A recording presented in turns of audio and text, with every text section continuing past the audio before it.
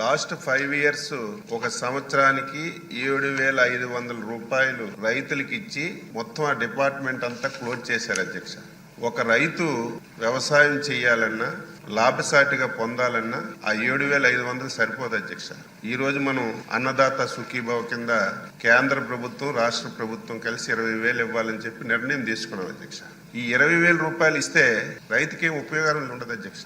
Last 5 years అధ్యక్ష ఒక్కటంటే ఒక కార్యక్రమం వ్యవసాయ శాఖలో అమలు జరగలేదు అధ్యక్ష. సాయిల్ టెస్టింగ్ ఆపేశారు, మెకనైజేషన్ ఆపేశారు, రైతుకి అత్యవసరమైనటువంటి స్ప్రింక్లరు డ్రిప్ ఇరిగేషన్ ఆపేశారు, సొంత ఇన్సూరెన్స్ కంపెనీ పెడతామని చెప్పి 5 సంవత్సరాల్లో ఒక్క సంవత్సరం కూడా ఇన్సూరెన్స్ ఇవ్వలేదు. ఒక సంవత్సరం మన నాయకులు పోడియం దగ్గరికి వెళ్ళి కూర్చుంటే ప్రభుత్వం నుంచి 1 సంవత్సరం ఇచ్చారు తప్ప 1 సంవత్సరం ఇన్సూరెన్స్ ఇచ్చిన సందర్భాలు లేవు. 5 సంవత్సరాల్లో చాలా విపత్తులు వచ్చాయి, సైక్లోన్లు వచ్చాయి, వరదలు వచ్చాయి. ఇన్పుట్ సబ్సిడీ కానీ ఇన్సూరెన్స్ కానీ ఇచ్చిన సందర్భాలు లేవు అధ్యక్ష. మళ్ళీ ఈరోజు అది కూడా మోసం చేశారు అధ్యక్ష. ఎన్నికల ముందు మేనిఫెస్టోలో మేము 12,500 ఇస్తామన్నారు.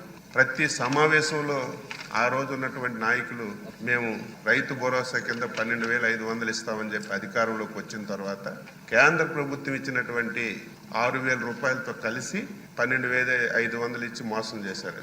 మనం అలా కాదు అధ్యక్ష. మేనిఫెస్టోలో పెట్టాం, ఎన్నికల ప్రచారంలో చెప్పాం. కేంద్ర ప్రభుత్వం రాష్ట్ర ప్రభుత్వం కలిసి 20,000 రూపాయలు రైతు రేపు పెట్టుబడి సాయం కింద అన్నదాత సుఖీభావలో ఇస్తామని చెప్పి స్పష్టంగా మాటించాం అధ్యక్ష. రేపు మేళంలో ఆ కార్యక్రమాన్ని అమలు చేయడానికి గౌరవ ముఖ్యమంత్రి గారు నిర్ణయం చేశారు.